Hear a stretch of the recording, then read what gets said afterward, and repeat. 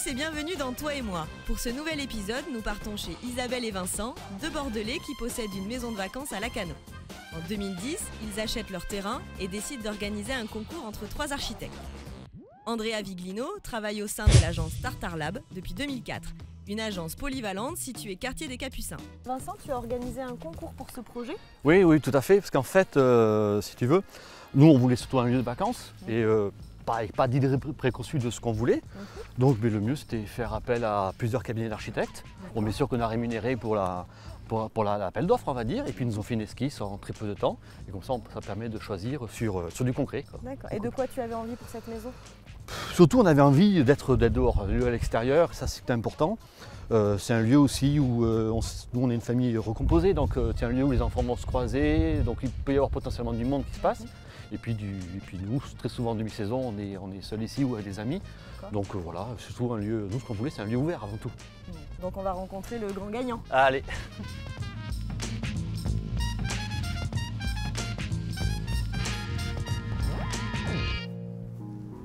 Ici, on est au cœur du projet. Comment tu as répondu à ton client ?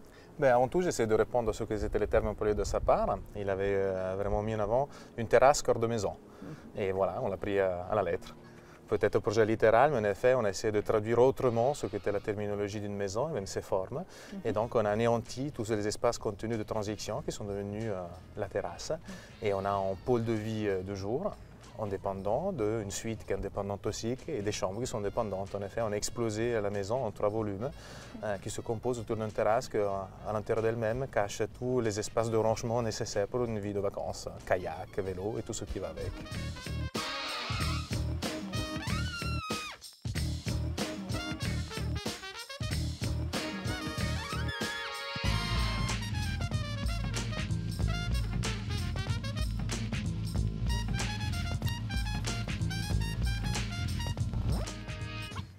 Pourquoi tu as utilisé des matériaux si bruts ? Pour répondre à un besoin explicité de la part du maître d'ouvrage, pas d'entretien.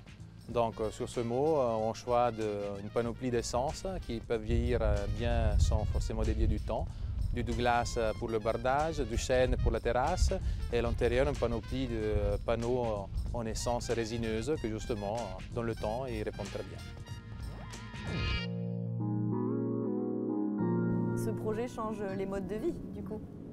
On peut oui et on peut non. En effet, sur le fait de restituer un projet qui respectait une enveloppe budgétaire qui était restreinte mais cohérente, on a essayé de réinterpréter ce que étaient les thématiques d'une maison, ça veut dire autant d'espaces de rencontre que d'espaces d'isolement. Et bien ici, l'espace de rencontre est devenu la terrasse, encore une fois, et les cellules, l'espace où on peut se retrouver à soi-même avec la forêt, avec des fenêtres qui font le cadrage directement sur un espace d'intimité.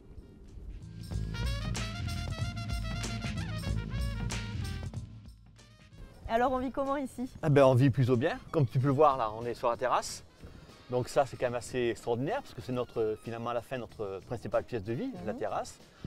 Bon malheureusement aujourd'hui il ne fait pas super beau, heureusement il ne pleut pas encore parce que là on ne sait vraiment pas comment ce qu'on peut faire.